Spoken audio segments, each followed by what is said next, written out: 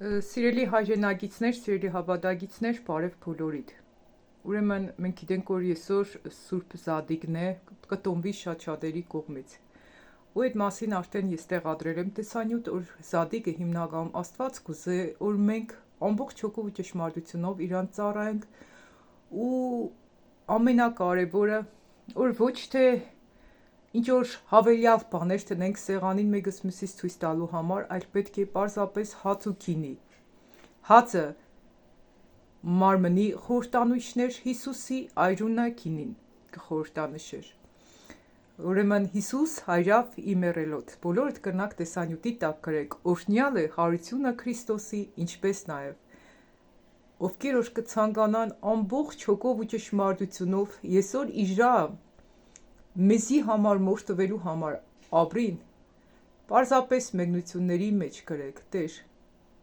պատրաստ եմ ամբողջությամբ ծառայել քեզ, թող Տերս փառավորվի մեր բոլորիս կյանքերում։ Իսկ ամբողջությամբ Աստծուն ծառայելու համար մեզնից կպահանջվի, որպեսզի ամեն մեկս մեր անձը խաչը հանենք։ Աղոթքով, աղաչանքով կնանանք խնդրենք Տիրոջից, որպեսզի Տերը մեզի մաքրե ու սրբե ամեն տեսակի մեղքերից։ Ու այսօր նաև կուզենամ ձեզ հետ խոսամ, թե Հիսուսը ինչ է կոնկրետ Հիսուսը ծոմապահության հետ կապված, ինչ ծոմ պահենք, որպեսզի Աստծուն հաճելի եղնի։ Որ կան շատ ծոմեր, որոնք Տերը չի լսե, Սատանեն նույնիսկ կծաղրե այդ ծոմերի վրա։ Ու արդյոք ծոմ պահել կնշանակի հացից մենակ հրաժարվել, թե պարզապես ծոմ պահելու էլի ավելի տարբերակներ կա։ Ես ռուսերեն տարբերակը կտեղադրեմ, իսկ ընթացքից էլ արդեն հայերեն կբացատրեմ, սիրելիներ։ Իսկ այժմ լսենք ռուսերեն տարբերակով,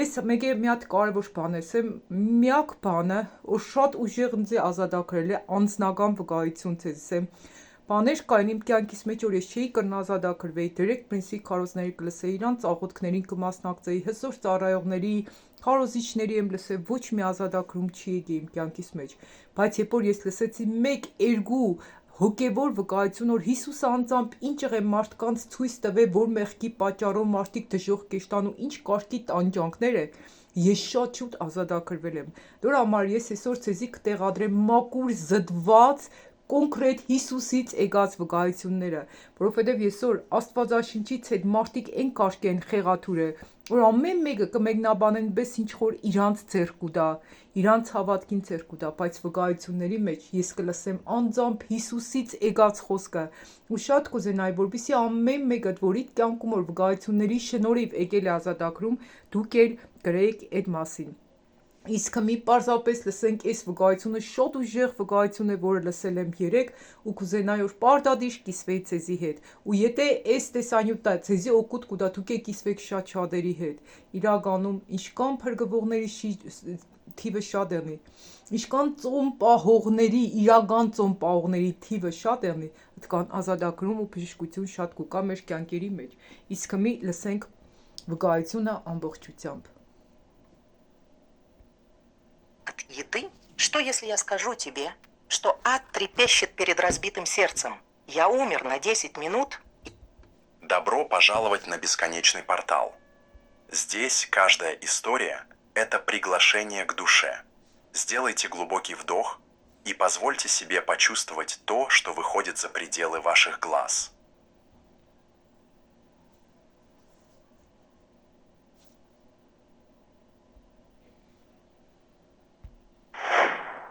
Вы думаете, что пост – это всего лишь отказ от еды? Что, если я скажу тебе, что ад трепещет перед разбитым сердцем? Я умер на 10 минут и вернулся с посланием с небес, которое может изменить вашу жизнь. Не пустая тарелка движет небом. Это прощение, это доставка, это любовь. Приготовьтесь, потому что то, что вы сейчас услышите, это не просто свидетельство, это призвание. Меня зовут Хелена Дуарте. Сегодня мне 58 лет. Но именно в 48 лет моя жизнь закончилась. И как это ни парадоксально, действительно началась. В то время я была похожа на многие другие женщины. Я делила свое время между работой, домом, детьми. И когда могла, молилась. Но внутри что-то тускнело. Моя душа была истощена. Я разговаривал с Богом. Но мне казалось, что мои слова ударились о потолок и отскочили назад.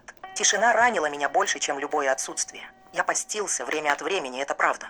но без понимания истинной скрытой силы этого поступка. Это была скорее духовная формальность, чем реальная капитуляция. Я помню, как впервые почувствовал присутствие Бога. Мне было всего 12 лет. Я стоял перед алтарем, и внезапно все мое тело начало дрожать. Слезы навернулись, хотя я не знал почему. Именно там я отдал свою жизнь Иисусу. С невинностью человека, еще не познавшего боль мира, но с интенсивностью человека, которого коснулась вечность. Многие годы эта страсть руководила мной, но со временем что-то начало меняться. Поначалу это было тонко. Возможно, я заметил это, но решил не признавать этого. Приглашений министру стало больше. Путешествия стали частыми. Общественное признание дало мне ложное чувство духовного авторитета. Я одевалась эффектно, красноречиво говорила, плакала на службах. Но что-то во мне похолодело. Вот тогда это и произошло. Автомобильная авария. Один момент. И все рухнуло. Следующее, что я осознал, это то, что я вышел из тела, и именно там, на пороге между этой жизнью и вечностью, я услышал голос. Не ушами, а душой. Она сказала, есть битвы, которые невозможно выиграть ни речами, ни внешним видом. Есть бои, которые выпадают только перед разбитым сердцем и сдавшимся духом. Это откровение напомнило мне отрывок из Священного Писания, который я хорошо знал, но никогда по-настоящему не переживал. Отчаявшийся отец, который взял своего одержимого сына к ученикам, и ничего не произошло. Они и раньше изгоняли демонов, но на этот раз им это не удалось. И когда они спросили Иисуса, он твердо ответил, «Эта каста уходит только с постом и молитвой». Эти слова прозвучали внутри меня как гром, как будто сам Господь говорил. Вы использовали правильные слова, но без тяжести капитуляции, без силы, которая возникает только тогда, когда плоть умолкает, а дух укрепляется. В тот момент я понял то, что так часто игнорировал. Молитвы недостаточно. Необходимо было выровнять сердце, разум и тело в одном направлении. Надо было разорвать нашу душу перед Богом и сказать, «Беру все, даже то, от чего не хочу отпускать». Именно там, между жизнью и смертью, упала копейка. Я понял, почему так много моих молитв никогда не покидали своего места. Я вскрикнул ртом, но сердце мое все еще верило в свои силы. И затем Господь показал мне то, чем мне нужно поделиться с вами. В вашей жизни есть битва. Ուրեմն ստեղ ինչի մասին կսե, որ ինքը ժամանակին աղոտողեր է շատ լացեղնելով ծառայությունների մասնակցել, բայց ոչ մի բան տեղից չի շարժվել։ Ոստեղ ինչի մասին կուտա, իրական ծոմը որն է, իրական ծոմապահությունն է, որ դու ամբողջությամբ կհանձնվիս Աստծուն, քու կյանքիցը տարբեր տեսակի մեղքերը չնջված կեղնին, որևէ բան կապված չի եղնի, քու կյանքիդ հետ Այսինքն որևէ մեղքի կապված չես եղնի, լրիվ մակրված կեղնես, որպեսզի Տիրոջ սուրբ ու հզոր ներկայությունը իջնի քո կյանքիդ վրա։ Որովհետև եթե օրինակ առաքյալների հետ կապված է, կնշվի, որ առաքյալներն է կուզեին թե վեր քշեին, բայց Հիսուսը կսե դուք չեք կրնա այդ դևին քշեք, որովհետև այս տեսակի դևերին կքշվի մենակ ծոմով ու աղոթքով։ Ու շարունակությունը լսենք, սիրելիներ։ Которые можно выиграть только тогда, когда вы сочетаете истинный пост с искренней молитвой. В красивых словах нет смысла. Некоторые цепи рвутся только тогда, когда твои колени опускаются на землю и твое сердце полностью сдается. Есть стены, которые рушатся не с криками, а с отречением. Есть крепости, которые разрушаются только тогда, когда вы решаете покинуть поверхность и нырнуть глубоко в полное посвящение. Не все можно решить человеческими усилиями. Некоторые войны можно выиграть только на поле духа, и туда вступают только те, кто готов полностью опустошить себя. Когда вы меняете свое положение перед Богом, происходит нечто могущественное, но не так, как многие себе представляют. Пост и молитва не являются инструментами для подчинения воле небес. Это не духовные уловки, призванные заставить Божью руку. Они не меняют Господа, они меняют нас. Они очищают очи души, приспосабливают наши мысли к небесному видению и прежде всего сокрушают гордость, отделяющую нас от благодати. Я по-настоящему понял это только после самого интенсивного опыта в моей жизни, того момента между жизнью и смертью, когда все поверхностное исчезает. Именно там я понял, насколько враг боится христианина, который молится тайно и целенаправленно постится. Ад пугает не объем слов. Это разбитое сердце преклоняет колени, когда никто не смотрит. Духовный мир признает и отталкивает тех, кто действительно посвящает себя. В этом измерении Иисус показал мне то, что я никогда не забуду. Спокойным, но твердым голосом он сказал, есть такой тип поста, который не может вынести тьма. Суть этого поста не в том, чтобы перестать есть, а в том, чтобы перестать питать эго, обиду и гордость. Это тот тип... Ուրեմն, այստեղ ինչ կարևոր միտք կա, կսե պոստի քաղտնիկը որն է, ծոմի քաղտնիկը որն է։ Ոչ թե նիգյոր դու ուդելիքներից քեզի կհրաժարվեցնես, այլ երբ որ դու բաց կթողնիս աբիդան, վիրավորանքը, գորդեսը, հբարդությունը ու էգոն, եսասիրությունը։ Եթե այդ բաները քու մեջդ կբնակվին, ինչքան կուզես ծոմ պահե, քու ծոմը Աստծուն հաճելի չի եղնի։ Այդ քու ծոմիդ միջոցով դու ուղղակի ավելի կհբարդանաս ցույց տալու համար, որ դու ծոմ կպահես։ Ու մեկ է որ ծոմը որնոր գախնի կպահես հեշմարտը էշպան չի իմանա։ Ծոմ կպահես գախնի պահ, թող հեշմարտ չիմանա։ Հզոր կեղնի պատերազմի միջոց։ Շարունակությունը լսենք։ Поста, который разрушает скрытые союзы, разрывает молчаливые цепи, охватывающие поколения, и, наконец, открывает небеса, чтобы благословения свободно текли к нам. Там, перед ним, окруженный светом, исходившим не от солнца, я услышал что-то, что горело во мне огнем. Многие из моего народа постятся и молятся, но они не ищут меня всем своим сердцем. И вот тогда произошло откровение. Я это видел ясно. Многие постятся по привычке, как будто это пустой ритуал. Они закрывают уста, но держат свое сердце полным обиды, рассеянности, тщеславия. Они пытаются заставить замолчать плоть, но питают душу гордостью и беспокойством. Иисус показал мне это как будто... Ուրեմն շատերը եսօր ծոմ կպահեն, բայց իրանք անձերը պիտայոտ գորդստու ու հբարդությունով ու էգոիստությունով մարդիկ ուղղակի ծոմ կպահեն փառասիրությունից ելնելով, բայց քսե Աստված կպատվիրե, որբիսի մենք մակրվինք, լրիվ սրբվինք, նոր ծոմ պահենք։ Это была живая сцена. Да, люди постятся, но с пустыми глазами и отсутствующим духом. Их молитвы не имели веса, не имели истины. Напротив, я видел другой тип поста. Пост, касающийся неба. Пост, который происходит от глубокого покаяния. Который рождается из стремления к примирению, из искреннего прощения, из сострадания к страждущим. Ուրեմն իրական պոստը որն է, այդ տեսակի ծոմերը ընդհանրապես Աստված չի հաճի այդ ծոմերին։ Աստված ուրիշ տեսակի ծոմ ցույց կտա, որն իրականում իրան շատ հաճելի է, երբ որ դու ամբողջությամբ Աստծուն քանձդ կզոհաբերես, դու չունիս քո սեփական ցանկություններ, դու չունիս մեծամտություն, դու չունիս ինքնահավանություն, դու չունիս գոռոզություն, դու լրիվ քեզի զրո կհամարես, ամբողջությամբ կտրվիս Աստծուն ու կպահես ծոմ։ Այդիկ է կարևոր, ոչ թե ուդելիկից քեզի զրկելը, այլ քու ներսդ մաքրես, դու դադարգվիս, ոչ թե քո օրգանիզմը դադարգես ուդելիկներից, այլ դու դադարգվիս ամեն տեսակի մեղքերից։ Շարունակենք։ Пост, который не о том, что вы снимаете с тарелки, а о том, что вы решаете нести в своем сердце. Именно в этот момент Господь привел меня к 58 главе книги Исаии. Слова Писания озарились вокруг меня, словно живые. «Почему мы постимся?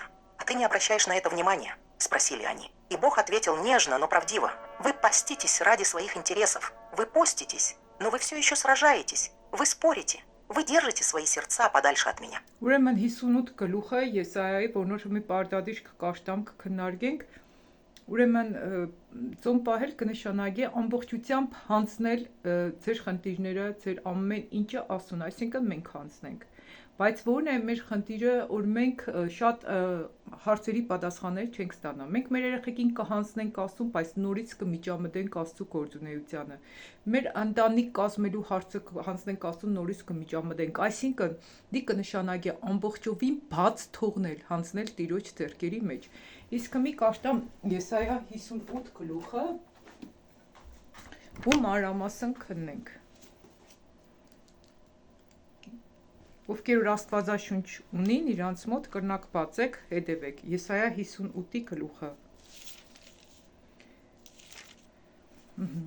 Ծոմապահություն, հենց վերնագիրը ծոմապահություն է։ Բարձրալը կանչե ու մի խնայ է, ձայնդ փողի պես բարձրացրու, եւ իմ ժողովրդիս իրենց հանցանքը ու Հակոբի տան իրենց մեղքերը հայտնել։ Ուրեմն կարևոր է մեղքերը հայտնելը նաև։ Նրանք ամեն օր ինձ կփնտրեն եւ իմ ճամփաներս գիտենալ կփապագեն, այնպես ազգի պես, որ արտարություն կանե, ու իր Աստծո օրենքները զանց չեն անե։ Ինձի արտարության կանոնները կհարցնեն, Աստծուն մոդենալ կփապագին։ Ու կասեն, մենք ինչու ծոմ կպահեցինք ու դու չտեսար, մեր անձերը չարչարեցինք ու դու չգիտեցար, ահա ձեր ծոմապահության օրը ձեր բաղձանքը կկատարեք ու ձեր բոլոր պահանջները խստությամբ կպահանջեք։ Ուրեմն քսե ինչի համար Աստված չի լսե այդ տեսակի ծոմերը, որովհետև իրանք ծոմ կպային իրանք մարմնավոր ցանկությունները իրականություն դարձնելու համար, ոչ թե կփնտրեն մաքրություն, սրբություն, Աստծո կամքը,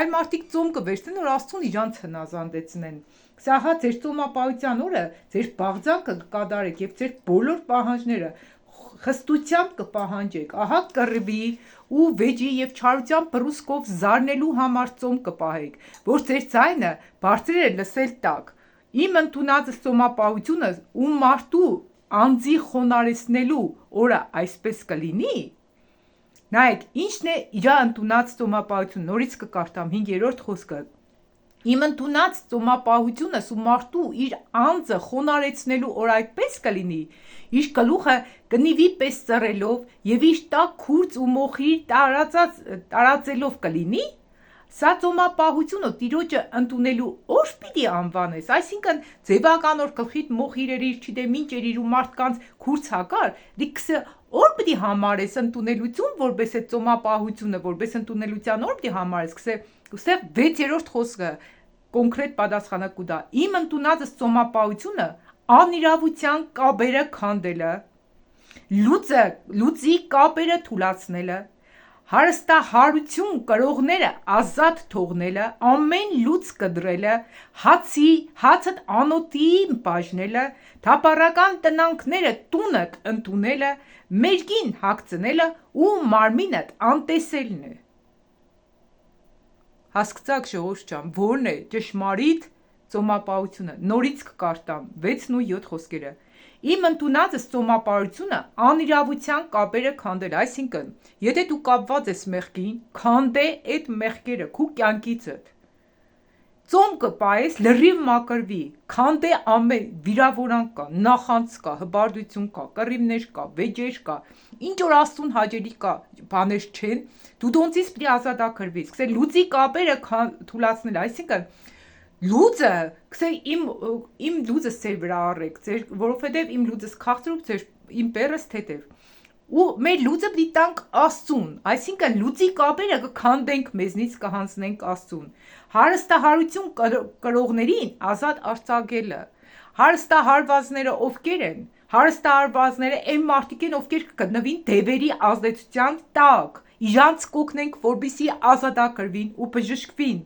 թե Աստծու խոսքով եւ թե ֆիզիկապես, ամեն լուծ կդրելը, դե ինչ լուծոր ունենք մենք այսօր մտահոգված ենք, անհանգիստ ենք, չենք կրնա քնենք, իրանց այդ ամեն ինչը կկտրենք, մեզնից կգծենք, հացդ անոթին բաժնելը, այսինքն զոհաբերություններ ենելը, ամեն մեկը ուժդեղ օր, եկեղեցի կեշտակ, Սուրբ Հոգին ցեզի կառաջնորդե աշխատեք զոհաբերությունների մեջ հավատարիմ եղնիք, որպեսզի կերակրվի նաև աղքատներին։ Հացդ անոթին բաժնելը, թափառականներին, տնագներին տունդ ընդունելը, մերկը հագցնելը, ու այդ ամեն ինչը ինչ ըխպդենս, Տիրոջ Սուրբ Հոգու առաջնորդությունով, ում որ Տերը կառաջնորդե կերակրե, քու տունը դար, ովքեր որ իրականում կարիքը ունին, ոչ թե ամեն մեր տեսածին պիտի մեր տունը առնենք, այլ ում որ Տերը իրականում ցույց կտա, իսկ Տերը ում ցույց կտա, ով որ ամբողջությամբ կդադարվի Աստծու համար, ու կբացվի Աստծու խոսքը լսելու համար, ու կբացվի Աստծու խոսքը կիրառելու համար, ու կբացվի, որպեսզի Աստծու կամքը կատարի։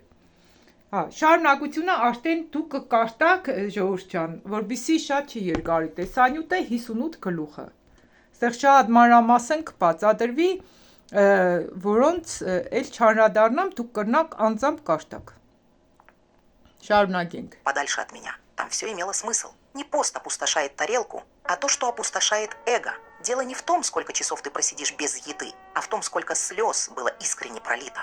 В этой вечности, в форме мгновения, именно там меня нашел Иисус. И сегодня я говорю вам, есть пост, который ад не может вынести. Пост, который двигает небо, меняет указы, освобождает целые поколения. Но это происходит только тогда, когда это делается с истинным покаянием, полной отдачей и искренней любовью к другим.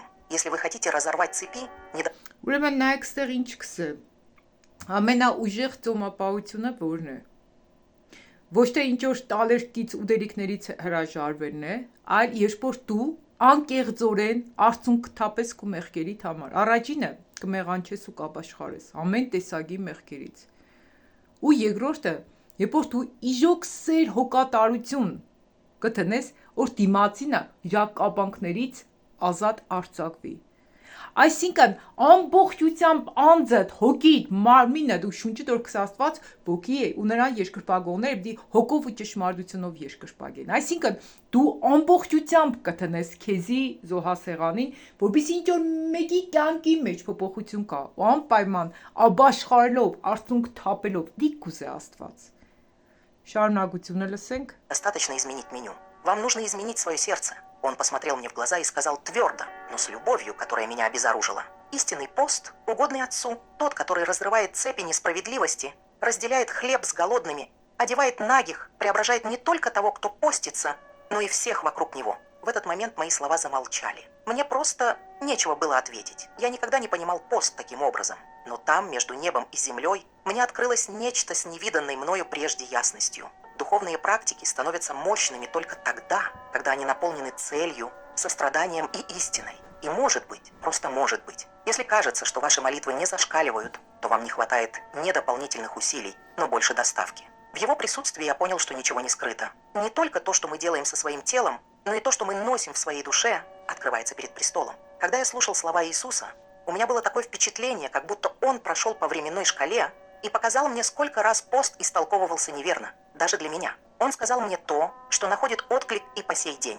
Небеса не движутся одними человеческими усилиями или долгими часами воздержания. Многие ищут меня своими устами, но сердце остается далеким. Они думают, что только жертва – это то, что привлекает меня. Но я смотрю на намерение. Я вижу дух, с которым преклоняется колено.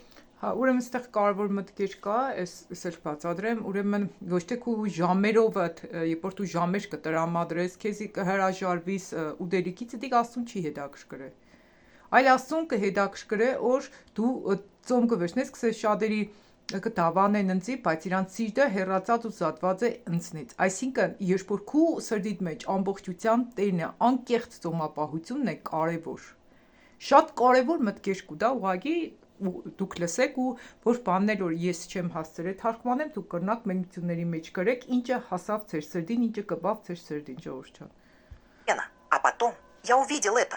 Я видел реакцию духовного мира. Когда кто постится с пониманием, со смирением, с искренним покаянием, свет включается в невидимом.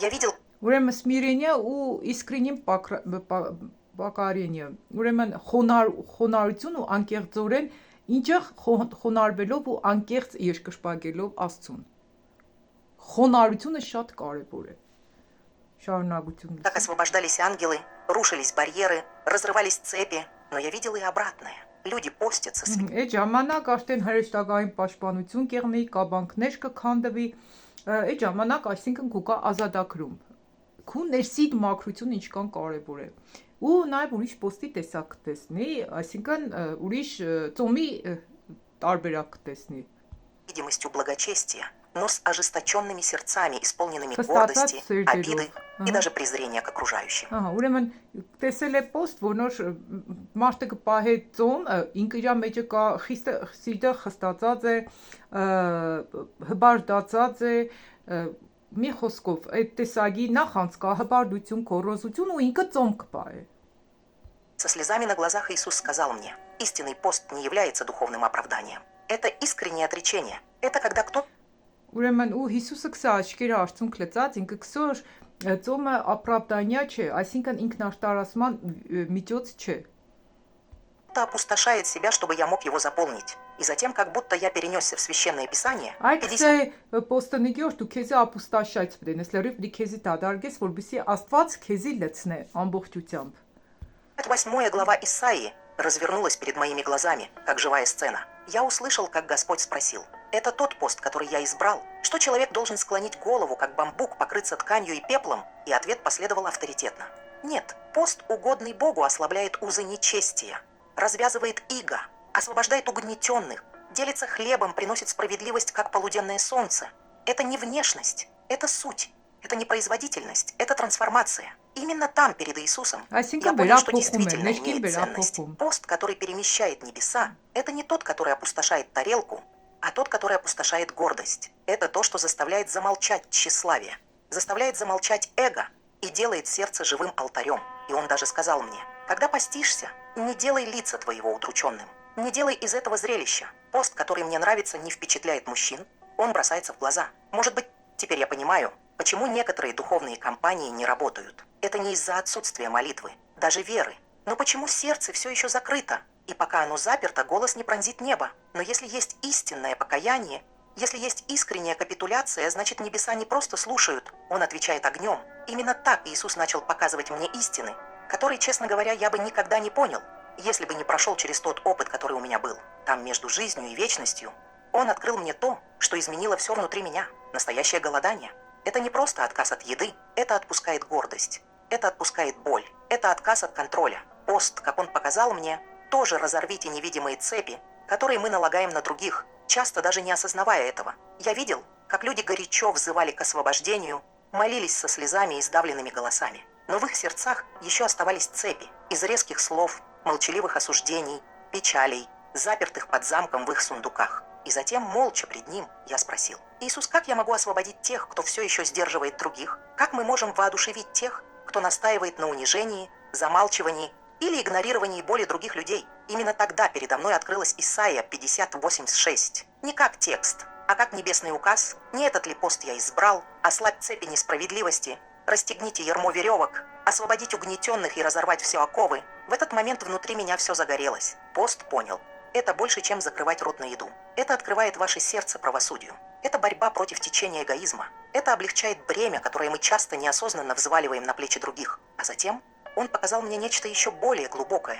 Нечто, что заставило меня содрогнуться. Враг не боится поверхностного поста. Он смеется над теми, кто перестает есть, но все еще имеет ожесточенное сердце. Но когда кто-нибудь постится с настоящее покаяние, с истинное прощение в сердце, общее искреннее желание видеть других свободными, ад трясется. Потому что этот пост несет в себе печать небес. Я Ուրեմն սա դանեն հիմնական քնդային մարդկանց վրա, ովքեր որ ծոմ կպային, կրնա օրերով է ծոմ տպայես, բայց քու ծոմը չի ազդե, որովհետև քու մեջդ կա նախանձ, վիրավորանք, չարություն, հպարտություն, էգոիստություն, ուրիշների վրա կոնտրոլ անել, իշխանությունդ բանցնել։ Քու ծոմդ իր արժեք չունի։ Ինչքան կուզես ցույց տուր, որ դու իջեկոր պայել ես, բայց այն մարդիկ, որոնք որ Եսայա 58:6-7 խոսքերի 7 խոսքն էլ շատ լավ կբացատրե, այդ մասով ծոմ կպահեն, այսինքն կազատեն ամեն մելուձը, բեր իրանց վրայից ամբողջությամբ կհանձնվին Աստծուն, իրանց մեջ մենակ կեղնի